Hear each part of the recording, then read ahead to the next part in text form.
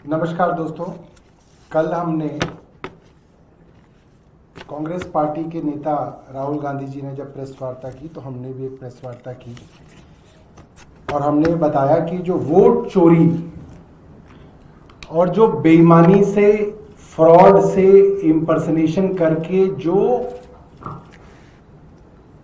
गैर भाजपा के वोटों को कटवाने का षड्यंत्र है,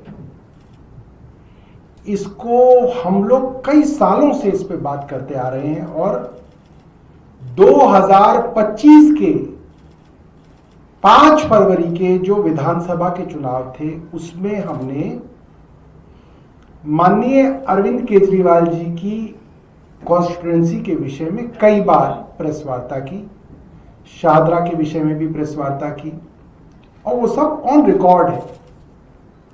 कल जब हमने ये बात रखी तो कई लोगों के सुझाव आए। कुछ लोगों ने बोला कि साहब आप सिर्फ कह रहे हैं, आपने कोई कानूनी कार्रवाई तो की नहीं, सिर्फ प्रेस वार्ता से काम कोई ना चलता है। कुछ कल पत्रकारों ने भी पूछा कि भाई आपने क्या कानूनी कार्रवाई की।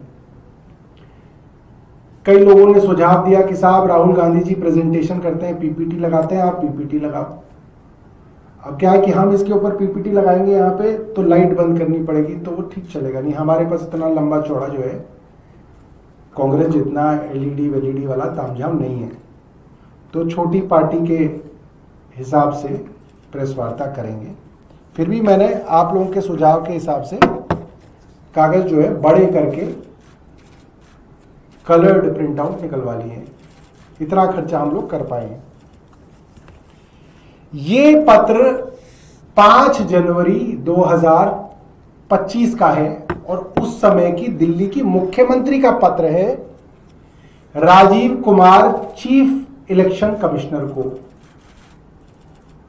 और सिर्फ इसके अंदर कोई कहानी नहीं है, बाकायदा डेटा दिया गया है कि कैसे 5 जनवरी 2025 को पिछले कुछ दिनों में 15-20 दिनों के अंदर अरविंद केजरीवाल की कॉन्स्टिट्यूएंसी में 6166 वोट काटने की एप्लीकेशनें दी गई हैं। और ये दिखा गया हमने कि रोज एप्लीकेशन इस तरह से आ रही है। 29 अक्टूबर से 15 दिसंबर तक ये जो एप्लीकेशनें आई, 29 अक्टूबर से 15 दिसंबर तक 2776 एप्लीकेशन आई और उसके बाद 16 दिसंबर को 234 एप्लीकेशन, 17 दिसंबर को 298 एप्लीकेशन, 24 दिसंबर को 1103 एप्लीकेशन आई वोट काटने की, 25 दिसंबर को 982, 26 दिसंबर को 989, इस तरीके से 500, 700, 1000 एप्लीकेशन 19 दिसंबर को। और फिर ये आगे हमने लिखा कैसे वोट जोड़ने के लिए एप्लीकेशन हर रोज सिर्फ नई दिल्ली विधानसभा के अंदर दी जा रही है। इससे एक जुड़ी हुई बात मैं आपको बताना चाहता हूं, ये है कि जब ये चुनाव की समरी रिवीजन हुई और अक्टूबर के अंत तक ये नई लिस्ट बनाई गई, तब तक ऑलरेडी अरविंद केजरीवाल जी की नई दिल्ली विधानसभा में 1,48,000 वोट जो 2020 के चुनाव में थे वो घट के 1,06,000 पहले ही हो चुके थे। पहले ही 42,000 वोट तो उनकी विधानसभा में काटे जा चुके थे। उसके अलावा 66,600 वोट जो है काटने के लिए दिया गया। और ये बाकायदा आप देखिए, ये पहला पन्ना, ये दूसरा पन्ना, ये तीसरा पन्ना, जिसके अंदर बाकायदा हमने नाम सहित बताया। Tarun Kumar Chautala NDMC quarters Khan market के आदमी हैं, स्टूडेंट हैं दिल्ली यूनिवर्सिटी के, उनके नाम पे 85 नोटिस दिए गए वोट काटने के और उन्होंने बताया कि उन्होंने ऐसा कोई एप्लीकेशन दिया ही नहीं। उषा देवी गोल मार्केट में रहती हैं, उनकी तरफ से 22 एप्लीकेशन दी गई और उन्होंने कहा कि उन्होंने आज तक कोई ऐसी एप्लीकेशन नहीं दी। इसी तरीके से और 3 ऑब्जेक्टर, सुनीता देवी, विपिन, मोनिका और तमाम बहुत सारे लोग, श्री राजकुमार आदि बहुत सारे लोग हैं जिनके बाकायदा नाम और पते के साथ हमने बताया कि ये एप्लीकेशनें इनके नाम से फ्रॉड करके दी गई, जो एप्लीकेशन झूठी थी और जिनके विषय में दी गई उसमें से ज्यादातर लोग वहां रह रहे हैं और उनके वोट काटने की एप्लीकेशन दी गई। ये है, ये पेज नंबर 5, ये पेज नंबर 6, ये पेज नंबर 7 पेजों की चिट्ठी दिल्ली की उस वक्त की मुख्यमंत्री आतिशी जी ने Rajiv Kumar chief election commissioner को भेजी 5 जनवरी को। और इसमें जो मुख्य बात ये कही गई थी, criminal investigation to be initiated in cases of fraudulent identities being used for voter deletion. देखिए, अगर आप किसी और का नाम लेके इंपर्सनेशन कर रहे हैं, फ्रॉड कर रहे हैं, वोट डिलीट कराने का पूरा प्रोसेस इनिशिएट कर रहे हैं, तो सीधा सीधा इसके अंदर तो एफआईआर बनती है, क्रिमिनल इन्वेस्टिगेशन बनती है। और इलेक्शन कमीशन का जो काम है, जो उनको करना चाहिए, वो एक पार्टी और उसकी मुख्यमंत्री उनको अपने लेटर हेड पर लिख के दे रही है कि भाई ये सारी जानकारी है, आप कार्रवाई कीजिए, आप इसके अंदर इन्वेस्टिगेशन कीजिए। ये 5 जनवरी का है, कोई इन्वेस्टिगेशन नहीं शुरू की गई। आगे सुनिए, कुछ कागज शायद बाहर रह गए हैं, देखा। उसके बाद 8 जनवरी को दोबारा से आतिशी जी ने पत्र लिखा, मुख्य चुनाव आयुक्त राजीव कुमार जी को लिखा और दोबारा यही बातें कही गई कि भाई आप कुछ कार्रवाई कीजिए। उसके बाद 9 जनवरी को यह पत्र अरविंद केजरीवाल जी ने लिखा पार्टी के लेटर हेड पे, chief election commissioner, election Commission of India, और सारा का सारा फ्रॉड जो नई दिल्ली विधानसभा में चल रहा था उसके विषय में तफसील से बताया। ये 9 जनवरी का है। उसके बाद 8 जनवरी और 9 जनवरी को दोबारा दिल्ली की मुख्यमंत्री ने पत्र लिखा और 9 जनवरी वाले पत्र में दोबारा से तफसील से उन्होंने बताया कि भाई आपने जो कार्रवाई करनी थी, क्या कार्रवाई हुई, क्या क्रिमिनल इन्वेस्टिगेशन हुआ, आप बताइए। ये 9 जनवरी का पत्र है, वो भी कई पन्नों का पत्र है। मैं आपके साथ व्हाट्सएप पे और अपने ट्विटर के हैंडल के ऊपर शेयर कर दूंगा। अब एक मुख्यमंत्री चीफ इलेक्शन कमिश्नर को सबूतों के साथ बता रही है क्या फ्रॉड चल रहा है। वो फ्रॉड जो आज राहुल गांधी बता रहे हैं, वो 8 महीने पहले अरविंद केजरीवाल, आतिशी जी, राघव चड्ढा, संजय जी और तमाम नेता बता चुके हैं। तो हमने पिछले महीने एक आरटीआई लगाई, मुख्य चुनाव आयुक्त को आरटीआई लगाई कि भाई जो आतिशी जी थी, उस वक्त की मुख्यमंत्री थी, उन्होंने आपको 9 जनवरी को एक शिकायत की, क्या आपको वो शिकायत मिली? तो उसका जवाब हमने पूछा अंग्रेजी में, date on which the said letter was received by the Election Commission of India and the inward diary entry assigned to it. Diary entry बताएं और किस दिन आपको मिली बताएं।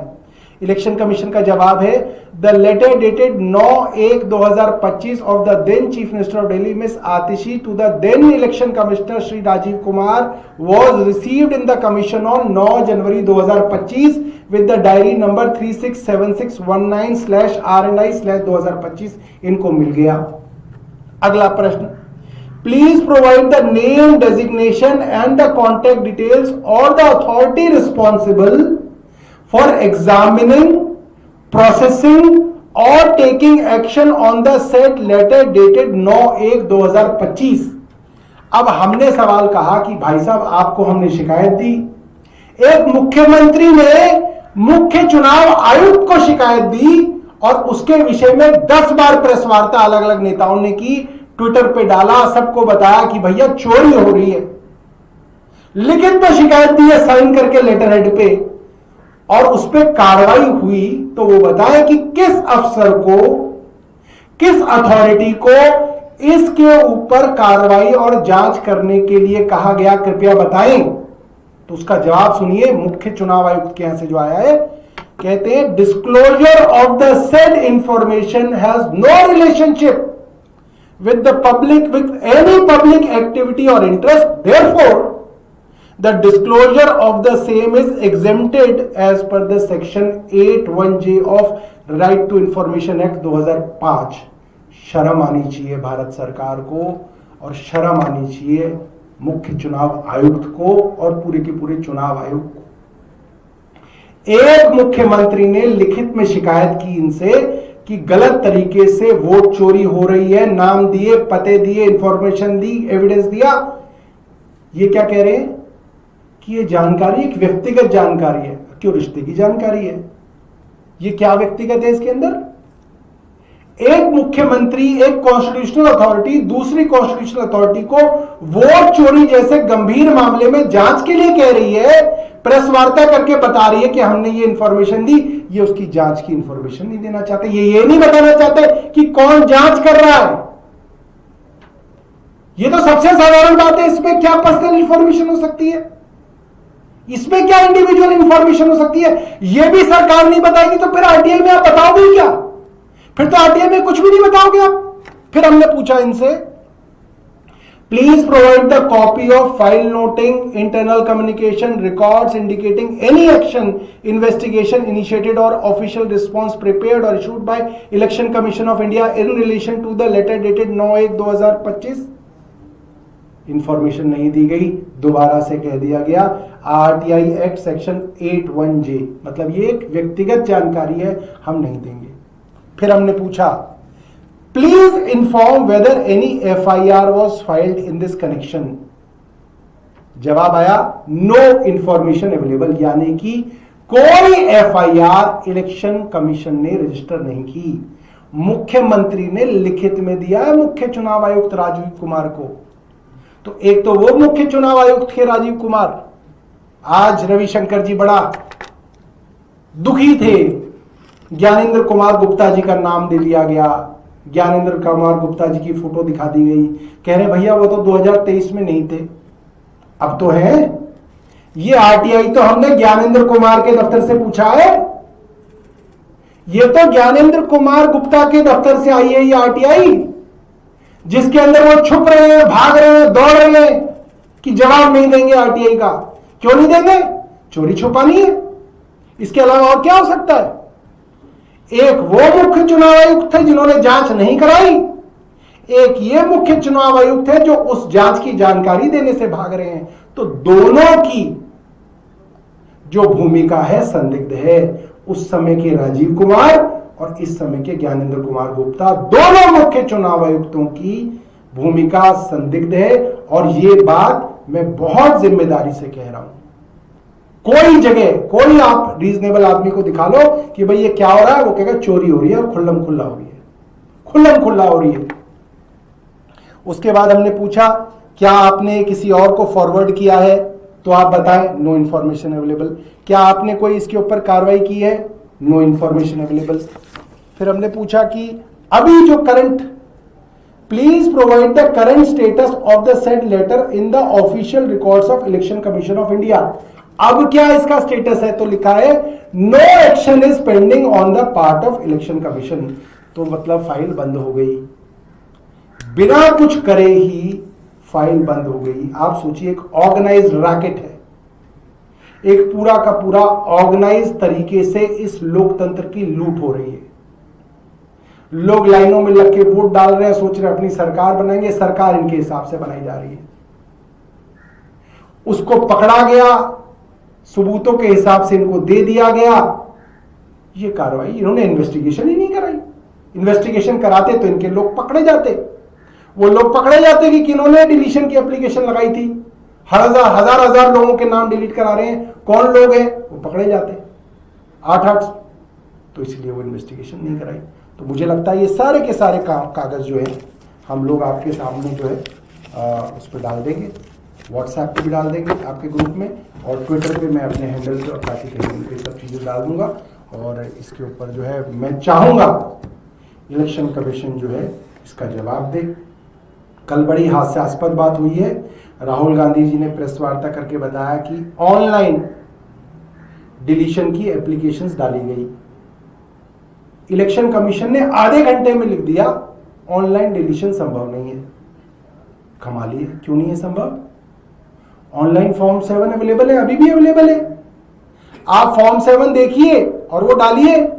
अब इलेक्शन कमीशन का आप दिमाग सोचिए, ये कहां किस तरीके से कानूनी पेचीदगी के अंदर दूसरे आदमी को डिस्क्रेडिट करते हैं। ये क्या कहेंगे, कह रहे देखो ऑनलाइन एप्लीकेशन डाली जा सकती है मगर डिलीशन ऑनलाइन कोई ना होगा, डिलीशन तो अफसर करेगा, इसलिए ऑनलाइन डिलीशन पॉसिबल नहीं है।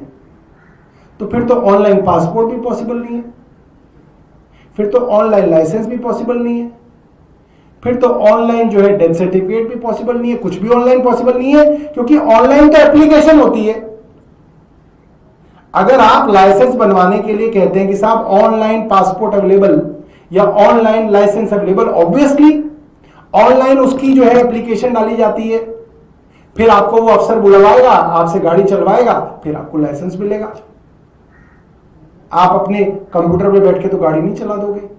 तो इलेक्शन कमीशन ट्रोल की तरह, आप इस बात को समझिए इलेक्शन कमीशन क्या खेल खेल रहा है। Election Commission is acting like a troll, like a social media troll. Why? They want to give fodder to the BJP troll army. आप कोई ऐसी बात गोल मोल करके कह दीजिए जिससे एक विपक्ष के नेता को ट्रोल कर दिया जाए और वो पूरा का पूरा मुद्दा जो है डाइल्यूट हो जाए, वो पानी पानी हो जाए। अरे अच्छे इस पर कुछ नहीं था, उसको तो पता ही नहीं है कि ऑनलाइन नहीं हो सकता। अच्छा ठीक, बात करता हूं। ये वही बात है जब कहा गया था ना अश्वत्थामा मारा गया, सिर्फ इसलिए ऐसी शब्दों का इस्तेमाल किया जा रहा है इलेक्शन कमीशन द्वारा ताकि कोर्ट में जाए तो इलेक्शन कमीशन कहे साहब हमने तो ये कहा था कि ऑनलाइन सब कुछ पॉसिबल नहीं है, एप्लीकेशन तो पॉसिबल है। मगर जैसे ही उन्होंने वो बात लिखी, उन्होंने एक विपक्ष के नेता को डिस्क्रेडिट किया ताकि ट्रोल उसके पीछे पड़ जाए। ये काम एक संवैधानिक संस्था का नहीं हो सकता। A constitutional body cannot be a social media troll, which Election Commission is acting like. Election Commission of India is acting like a social media troll, which is shameful. Bharat का चुनाव आयोग एक सोशल मीडिया ट्रोल की तरह Bharatiya Janata party की troll army को असला बारूद दे रहा है, जो कि उसको नहीं करना चाहिए। बहुत शर्मनाक है। कोई आपके पास प्रश्न है? सर इससे अलग है ड्यूसू चुनाव पे। अरे यार अब छोड़ दो, कहाँ तुम उसके चुनाव पे, कहाँ उस पे चुनाव पे आ गए तुम।